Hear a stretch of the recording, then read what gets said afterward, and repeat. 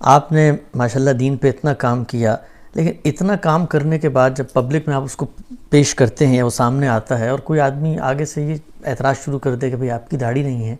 تو کبھی آپ کے دل میں یہ خواہش پیدا ہوتی ہے کہ ریکنسٹرکشن کا کام کرنے سے پہلے اللہ میاں آپ کو بھی کوئی یعنی اسی طرح سے فطری لمبی داڑھی دے دیتا تاکہ کم سے کم یہ اعتراض تو نہ ہوتا؟ نہیں، میں تو یہ دیکھتا ہوں کہ اللہ تعالیٰ کی حکمتیں بہت ہوتی ہیں، وہ جو فیصلے بھی کرتا ہے وہ بالکل صحیح ہوتے ہیں، چونکہ ہمارے ہاں صورتحال یہ ہے کہ لوگوں نے اس کو وہ اہمیت دے لی، یعنی ایک تو دین بنانا ہے، نہیں یہ دین سے آگے جا چکی ہے۔ یہاں تو صورتحال یہ ہے کہ آپ نے امام مسجد کا انتخاب کرنا ہے، خدا کا پیغمبر یہ بتا رہا ہے کہ یہ دیکھیے کہ وہ قرآن کیسا پڑھتا ہے، یہ دیکھیے کہ وہ سنت کا کتنا بڑا عالم ہے، لیکن ہمارے ہاں یہی چیزیں جو دیکھی جاتی ہیں۔ تو مجھے چونکہ اس ریکنسٹرکشن کے کام کو کرنا تھا تو اللہ تعالیٰ ہی نے معاونت فرمائی ہے کہ اس میں یہ چیز خود ہی غائب ہو گئی۔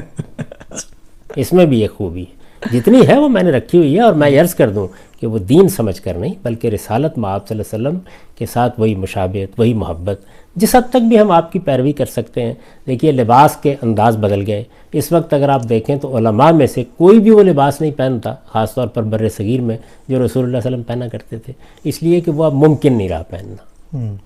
یعنی تبدیلی آ جاتی ہے۔ اسی طرح اور بہت سی چیزیں ہیں کہ جن کو اپنانا ممکن نہیں ہے۔ اب آپ گدھے پر سواری نہیں کرتے، اونٹ پر سواری نہیں کرتے، اب گاڑیوں میں آپ پھرتے ہیں، لیکن کچھ چیزیں ایسی ہیں کہ جو آپ محبت کی وجہ سے اپنائے رکھ سکتے ہیں، تو یہ بھی انہی میں سے ایک چیز ہے۔ لہٰذا اس کی نہ تحقیر کرنی چاہیے، نہ اس کے بارے میں کوئی استہزاء اور استخفاف کا طریقہ اختیار کرنا چاہیے۔ یہی سمجھنا چاہیے کہ اس کے فہم میں، جس طرح اور بہت سی روایتوں میں یہ ہوا ہے کہ بات سمجھنے میں غلطی ہو گئی، کیوں ہوتی ہے؟ اس کی وجہ یہ ہے کہ یہ روایتیں اس طرح منتشر جملوں کی شکل میں ہے۔ تو آپ دیکھیے اگر میں قرآن مجید کے جملوں کو منتشر کر دوں تو اس سے بھی آپ غلط مطلب سمجھ لیں گے۔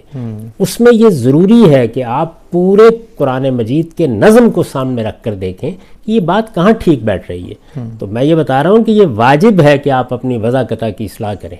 یہ واجب ہے، لیکن یہ حکم جو دیا گیا ہے وہ اصل میں آپ کی وضاقتہ کی اصلاح کے لیے دیا گیا، اور اس کی بنیاد قرآن میں موجود ہے کہ آپ کے باطن میں بھی تکبر نہیں ہونا چاہیے، آپ کے ظاہر میں بھی کوئی چیز متکبرانہ نہیں ہونی چاہیے۔ ٹھیک، ہم سب